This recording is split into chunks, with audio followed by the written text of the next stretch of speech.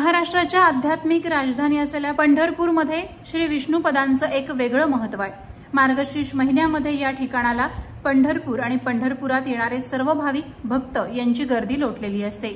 728 वर्षांपूर्वी कैवल्य चक्रवर्ती संत सम्राट श्री ज्ञानेश्वर महाराज यांनी आळंदीमध्ये संजीवन समाधी घेतली आणि प्रत्यक्ष संत श्री नामदेवराय आणि पंढरपूरचा परमात्मा श्री विठ्ठल या दोघांनी माऊलींना समाधीस्थळी आत नेऊन बसवलं। पण आता आपला सर्वश्रेष्ठ भक्त ज्ञानराज इथून पुढे आपल्याला देहरूपाने दिसणार नाही या भावनेनं परमात्मा श्री पंढरीशांचं मन द्रवित झालं आणि त्यांनी संपूर्ण 1 महिना या विष्णुपदावर यायचं ठरवलं।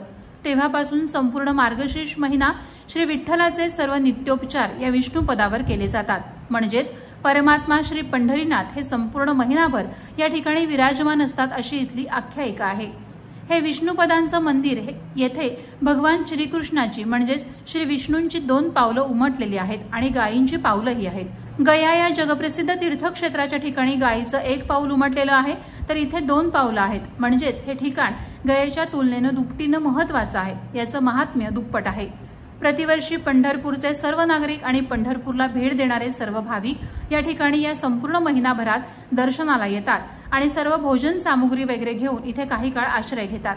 या काळात इथे सर्वत्र उत्साह असतो, मौज असते। प्रत्यक्ष परमात्मा पंढरीनाथाचा निवास येथे 1 मास पूर्ण असल्याने या तीर्थक्षेत्राचं महत्व असं विलक्षण आहे। श्रीमद भगवद्गीतेमध्ये प्रत्यक्ष योगेश्वर भगवान श्रीकृष्णांनी स्वतः सर्व महिन्यांमध्ये मार्गशीर्ष मास मी आहे असं म्हणून हे महत्व अधोरेखित केलं आहे।